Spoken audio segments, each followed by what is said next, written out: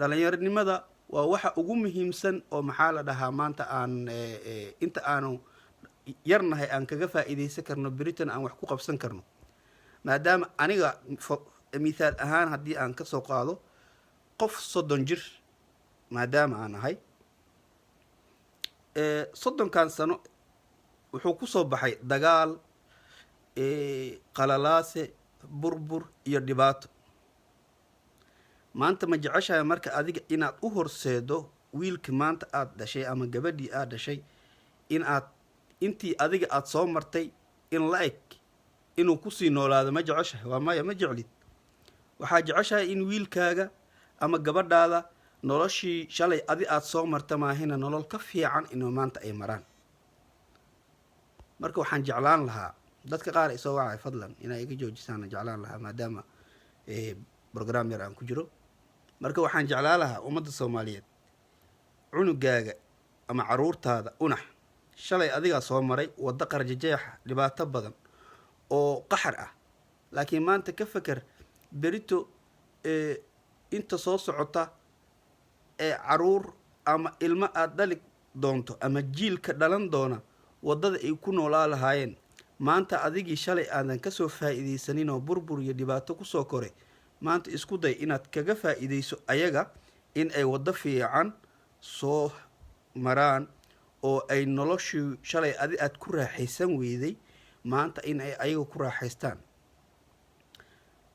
magaalada Muqdisho maanta markaad u eegto badanaa waxaa la yiraahdaa Soomaalidu uma samaysna qaab maxaa la dhahaa xadaari ah uma samaysno maadaama aynan u samaysnayn qaab ilbaxnimo maxaa loo baahan yahay inaan anagu wixii shalayna lagu tilmaamayay inaan iska bedelno odayaasha maanta talada wadanka inoo haaya ama kuwa hadda hunguriyeynaya inay talada wadanka qabtaan way kuugu danaysanayaan oo way kuugu awrkacsanayaan oo waxay doonaan maanta ay ka fushanayaan laakiin marka uu jaranjarada koro oo guriga uu dabaqa saas u koro jaranjarada wuu soo tuurayaa meeshaas ayuu kugu ilaabayaa 4 sano kadib markii la gaaro ayuu ku soo xasuusanayaa uu ku leeyahay tolbeelayay meeya tolkayga marka qabiil wax ma dhibe qabyaalada wax dhinta qabyaalada inaan iska dhaafno aana u wareegano dhanka wanaaga horumarka iyo maxaa la dhahaa isgarab istaaga maadaama ay ummadda Soomaaliyeed badankeeda lagu qiyaaso inay 75% ay yihiin dad dhalinyaro ah waxaa loo baahan yahay dhalinyaradaas inay dhanka wanaaga raacdo maanta goboladii dalka waa laga soo wada qaxay waxaa la iskugu soo shubay caasimadaha Muqdisho ha ahaato Baydhabo ha ahaato Galmudug ha ahaato meel walba oo maanta maamul goboleed oo ka dhisan yahay caasimadiisa la isku soo guray dhulkiina waa banaan yahay xoolihii waa laga soo guuray geedihii nabad guura lagu sameeyay maxaa la dhahaa wax walbo waxa dhibaatada u keenay waxay tahay qabyaalad iyo problem waxaan jecelnahay maanta in aan ka gudubno qabyaalada iyo problemka aan ku jirno inaan u bedelno dhanka wanaaga wala sab urur way jiraan laakiin urur badankoodi waxay u badan yihiin kuwa qaarkood ay ku dhisan yihiin qabyaalad kuwa qaarkood ay ku dhisan yihiin in ay hunguri ku raadiyaan kuwa qaarkood ay ku dhisan yihiin in ay shakhsi ku taageeraan ogow shakhsi way ka weyn tahay dhalinyaronimadaadu shakhsi way ka weyn tahay isku day in aad ugu faa'iideyso ummadda kale ee Soomaaliyeed haddii maanta aqoon aad leedahay aqoontaada waxaa loo baahan yahay inaad dalka uga faa'iideyso dhalinyarada kulligeedna waxaan leeyahay siyaasadda ha u wada ordine meelaha kale ha loo kala ordo siyaasaddu heerna kama gaaraysid mana ka taajiraysid taas la soco wixii musuq maasuq iyo dhib iyo problem kugu soo galana beriti way ka jaran tahay berito aday ka jaran tahay waxaa loo baahan yahay in aad ka fakartaan qaabka aad maanta haddii aad dawladda ku jirto maalan wasaaradaad ka shaqaysaa wasaaraddaas waxaa loo baahan yahay dhalinyarnimo haddii aad ku heshay ama garab aad ku heshay garabka aad ku heshay ha u fiirinin waxaa u fiirisaa maanta in aad ummad soomaaliyeed aada u adeegayso oo 15 milyan iyo ka badan ah marka waxaan leeyahay walaalahayga soomaaliyeed khaasatan dhalinyarada mar walba waxaan jeclahay in aan baraarujiyo wanaagana aan u sheego oo aan kala taliyo wax walba oo maxaa la dhahaa keeni kara in carqalad ay ka dhalato mar walba anagaa nala eedaa wax la dilaayo waa anaga wax la quursanayo waa anaga waxna dilaayana waa dhalinyaro kale ay soo adeegsanayaan dad odayaal ah dadka odayaashii waa dadkii shalay 90kii meeshii aan kusoo barbaarnana dhigay agoon naga dhigay rajay naga dhigay maxaa la dhahaa hooyooyinkeenii baday dhib iyo rafaad iyo maxaa la dhahaa problem maanta marka looma baahna in aan anagu shalay waddadii aan soo marnay maanta caruurteena ay maraan hooyaa tahay adiga idaawanaayo aabbaa tahay wiil dhallinyaraa tahay ka fakar teebka maanta aada joogtid berito halkay ka aadi doontaa halkeese u gudbi doontaa inaad ka fakartidaa fiican ma ahan in aad fiiriso waxa beri kaaga maxaa la lahaa adigu niid gooni ahaantaada u qabsan karto ama aad u samayn doonto waxaa loo baahan yahay in aad ka fakarto aayahaaga dambe dunida maanta waa ay horumartay waxay ku tiirsan tahayna waa dhalinyaro dowladdan weyn ee maraykanka u jeedaan intaas maalo hore codkii ka dhacay loo codeynayay maxaa la dhahaa labada madaxweyne midkood heerka ay isku bedeshay iyo arintu heerka ay gaartay waa aragteen wadankan aa ujeedaan asia ku yaalay ee yar heerka uu gaaray iyo meesha uu gaaray waxa gaarsiiyey waa dhalinyaro haddii anaga soomaali aan nahay markii high schoolka ama aan soo dhameeyo ama jaamacaddii aan soo dhameeyo isla markii aan usoo ordo qurbaha daaradahana ujeedid iyo guryahana ujeedid iyo waxaa waaye dad baa dhistay dad baa maxaa la dhahaa heerkan gaarsiiyey anaga naftirkeena waxaa loo baahan yahay inaan dalkeena dhisano heerna aan gaarsiino qof walbaa maanta hanti ku leh nairobi ama malaysia ama turki ama meel walba oo daafaha caalamka ka mid oo ku leh hanti waxaa loo baahan yahay hantidaada inaad gashatid dalkii hooyo haddii aad nin agricultureka wax ka soo barta haddii aad tahay inaad dhankii beeraha aa u jeesatid waa inaad nin korontada soo bartay haddii aad tahay isku day inaad koronto biyaha webiga aad ka soo saarto baddana aad ka soo saarto isku day xirfad samee laakiin ha u fakerin mar walba inaad u ordo siyaasad facebookana inaad isku caysaan oo aad qabiil ahaan iskugu caysaan oo aad isku dhibaataysaan oo maxaa la dhahaa waa laga fiicanya waa la kala ra'yi duwanaa karaa ra'yiga waxaa waaye maxaa la dhahaa wax problem ah ma keenayo ra'yi qof kale iyo way kala duwanaan karaan wax dhibaataa ma leh laakiin waxaa loo baahan yahay in la midoobo mid la ahaado laisku dhegnaado lais taageero marka ma dhihi karo 100% dhalinyaradu waa eber waa ay qaldan yihiin oo waddo xunay ku socdaan laakiin markii social mediaha loo fiiriyo waxaa u badan dhalinyarada waddada xun ku socota indhala-aanta ku taageeraya qabyaaladda indhala-aanta ku caynaya madaxdooda dalka madaxweynaha dalka waxaa waaye waa astaan qaran waa astaantaas qarankaa ee meesha ka muuqata meel walbo maanta daafaha caalamka uu ka aado qabiilkiisa yaa waaye lama dhahayo waxaa la leeyahay waa madaxweynaha ummadda soomaaliyeed marka u feker inaadan maanta madaxweynaha ama shaqsiga maanta wasiirka ay xilkaas ku fadhiya haddii qabiil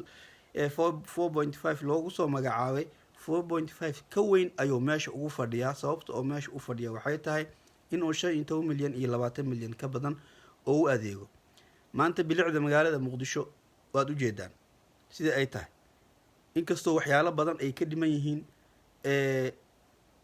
dadaa laamiye iyo adduunyo muqdisho ka dhisay laakiin qof bin aadan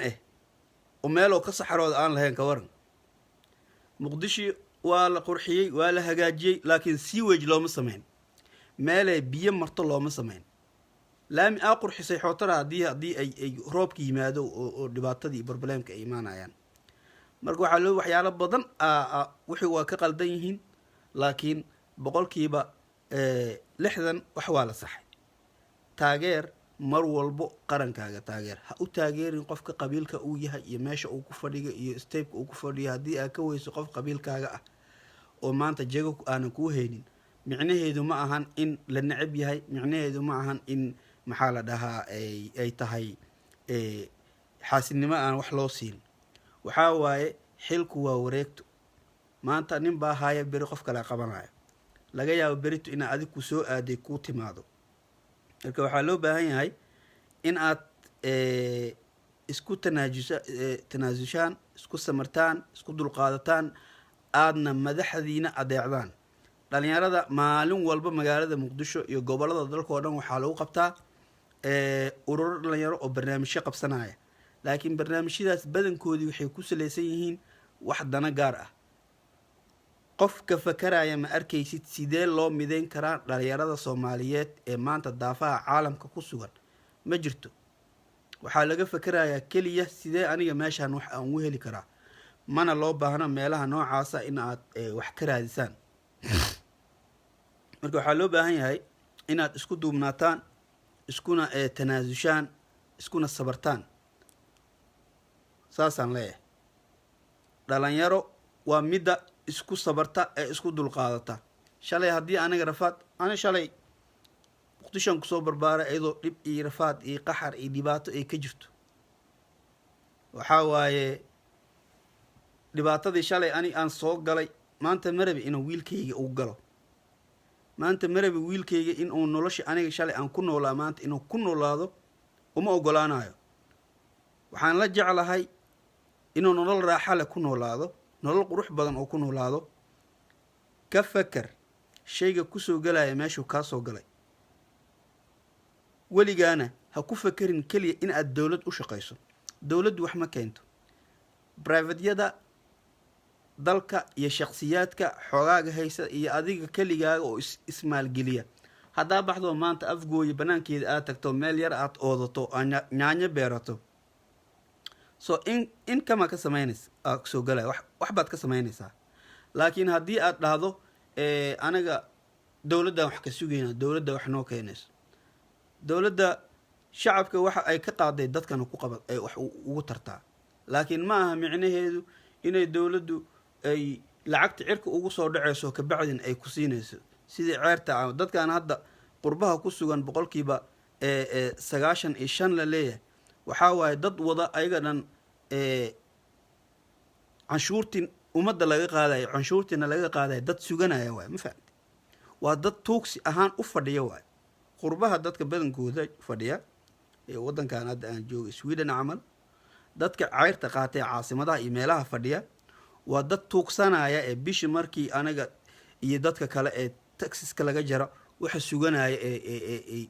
ay rabaan inay shaqaystaan badankooda ma jecla. dalka haddii aad joogtidna waxaa loo baahan yahay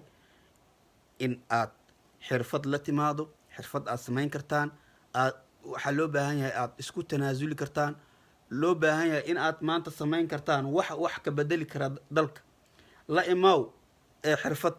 xirfadaasna la tag xarumaha wax maalgeliya, waa lagu taageeri karaa. cagacagaf waa soo gadan kartaa oo beero maanta haddaad maanta fasho waxaa waaye ay kaaga soo dhalanayso adduunyo. marka walaalahayga soomaaliyeed waxaa loo baahan yahay isku tanaasul iyo sabar. facebookan iyo social mediahan a waxyaalaha xun kusoo gudbinaysaan, bilaa calaykum kusoo gudbiya waxyaalaha wanaagsan ee loo baahan yahay maanta in ay ummaddu ka faa'iidaysan karto. tiktoki waa aragteen ummaddii soomaaliyeed, gabdhaheeni soomaaliyeed ayagoo qaaqaawanoo jirkoodii soo bandhigaya maanta tiktoki kusoo bandhigaan. marka waxaa loo baahan yahay in aad waxaas aan sameyn wax aan ka bedelno. gabdhihii wiilishii la dhashayna way ka darnaadeen ayagu, maadaama lala xisaabtami waaye ayagana waxay noqdeen kuwa yaaca. marka inaan kusii dheeraado marnaba barnaamijka, waxaana leeyahay ummadda soomaaliyeed meel walbo daafaha caalamka ka sugantihiin aad ayaa u mahadsantihiin. 2 qof ama 3 qof oo ay dhegaysato oo wax fahanta ama wax kororsata ayaa ka muhiim badan kun qof oo ku dhageysata ee ku soo caaysa ama dhibaato maxaa la dhahaa waxay doonaan iska soo qora. marka aadaa u mahadsantihiin. hadda kabacdina waxaan si taxanaha usoo geli doonaa facebooka anigoo dhalinyarada soomaaliyeed ka dhiirigelin doona ama ku dhiirigeli doona waxyaalaha wanaagsan kana digi doona waxyaalaha xun si aan dhalinyaradeenna soomaaliyeed aan iskugu duubnaano aana ka dheeraano qabyaalada una u dhowaano soomaalinimo. waddankaanaa joogtaa yaa tahay Swedish. waxaan ka imaaday ma lahayo Soomiskan ka imaaday ama meel hebel Finiskan ka imaada lama dhahayo. yaa tahay Swedish khalaas meeshaas yaa tahay Soomaali. qabiilkaaga dhan baws dheh yaa tahay Soomaali. yaa u dhalatay Soomaali, nothing else, just you have that one. mid kale aad haysatid ma lahan, waa inaad kaas ku dhegnaataa. waxyaalaha kale gacmaha ku xirateen iyo waxaas dhan iska fujiya, iska tuura. calanka Soomaaliga wax kaaga wanaagsan ma jiro. gobolada aa haysataan bal la taga waa kaasahay. dowladda Soomaaliya waxaan rabnaa inay noqoto dowladda Ethiopia hadda Tigreega ku duushay aa aragtaan. waxaa waa inay dowlad quwad leh, awood leh oo maxaa la dhahaa dowladaha maamul goboleedyada u kala dhuumanaya Imaaraadka iyo Kenya iyo meelaha kale in ay gacan dhaba bir ah ku qabato ay waxaa loo baahan yahay ay meel saari karto. looma baahno nin dhahayo qorigeyga caddaa meel buu i yaalaa. qorigeyga caddaa shalay nin madaxweyne soo ahaya maanta wuxuu ku leeyahay qorigeyga caddaa meeluu i yaalaa. so taas that's a shame. wax laga xumaado waay waxaas. qori wax oo soo kordhinaya ma lahan. kii sameeye wuu nacay, adna waad ku nabantahay. marka I'm gonna say to you goodbye, see you next time, bye bye.